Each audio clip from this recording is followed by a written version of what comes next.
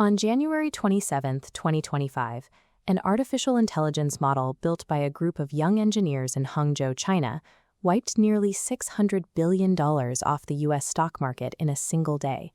Nvidia suffered the largest single-day corporate loss in American history. To build their top-tier models, American companies like OpenAI spend upwards of $100 million in compute power. The Chinese parent company behind this new model, Highflyer, claimed their final training run cost exactly $5.576 million. Within 7 days of its launch, this software, named DeepSeek R1, climbed past ChatGPT to take the #1 spot on the U.S. Apple App Store. For years, the tech industry assumed that building frontier AI required an insurmountable mountain of capital. A cheap, highly capable foreign alternative proved that a massive compute budget is no longer a guaranteed moat against competition. This chart shows the financial reality behind the initial headlines.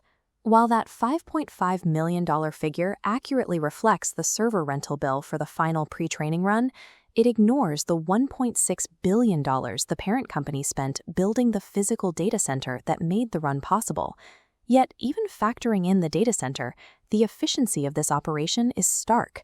DeepSeek reached the technological frontier not by outspending American firms on raw computing power, but through architectural optimization. Their engineers relied on 3 specific techniques. First is a mixture of experts architecture. A standard AI fires all of its mathematical weights or parameters for every word it processes. DeepSeek has 671 billion parameters, but it routes each specific task to specialized subnetworks, activating only 37 billion parameters per token. Second, they introduced a grading system called GRPO. Normally, training requires a massive secondary AI to grade the primary model's answers. DeepSeek eliminated this critic model entirely, instead forcing the AI to generate a group of answers and evaluate them against each other, which slashed memory requirements. Finally, they used a technique called multi-head latent attention to compress the model's working memory by a factor of 7. By designing software that requires significantly less computational overhead, they demonstrated that mathematical ingenuity can successfully compete against overwhelming financial spending. In October 2022, the U.S. banned the export of Nvidia's most capable AI processors to China.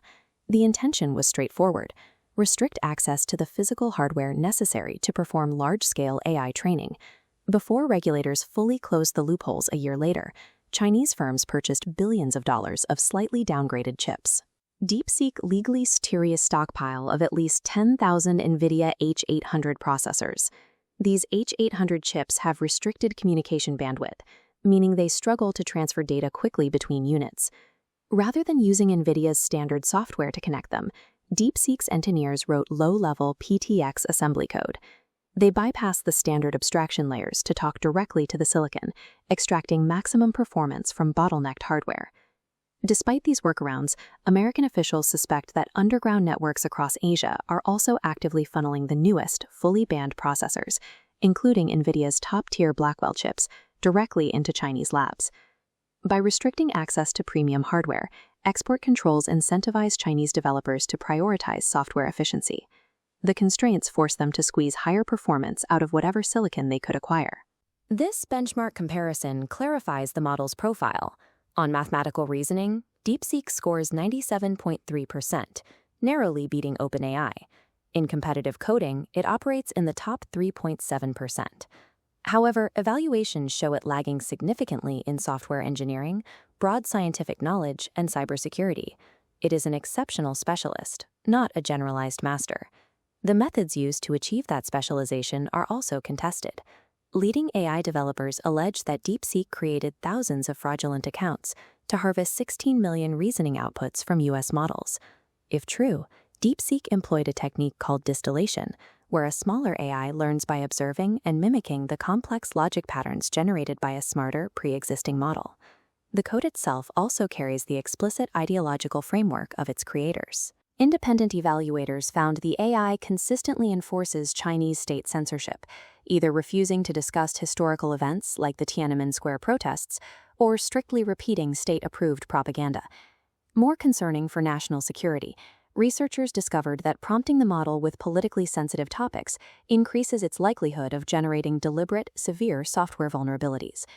This active threat prompted immediate bans on the software across the Department of Defense, the United States Navy, NASA, and state governments. DeepSeek operates as a highly optimized mathematical engine, built in part on derivative data, while functioning simultaneously as a vehicle for ideological control and state-sponsored cyber vulnerabilities. The team behind this disruption does not consist of established industry veterans. Highflyer is a quantitative hedge fund, and they staffed their AI project almost entirely with fresh graduates from Chinese universities. They released R1 under an open-source license, allowing developers anywhere in the world to download, modify, and run the model for free. This distributes the technology globally, essentially commoditizing the intelligence that American corporations spent billions trying to monopolize. Venture capitalists and defense analysts viewed the release as a direct challenge to American technological dominance.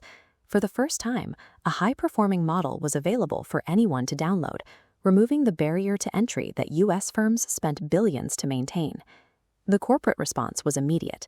Microsoft quickly began rescoping its planned $500 billion Stargate data center project, shifting away from massive compute clusters to prioritize more efficient architectures. While the model still lags in broader scientific and engineering tasks, its performance in logic-heavy domains proves that architectural optimization can act as a viable alternative to brute force spending. A small team of graduates showed that massive capital is no longer the only path to the technological frontier. In Washington, lawmakers scrambled to draft new legislation, forced to acknowledge that the technological gap between the two nations is much narrower than their export controls were designed to maintain. In Silicon Valley, executives publicly welcomed the competition, but behind closed doors, the reality of a hyper-efficient foreign competitor has forced the entire industry into a defensive posture.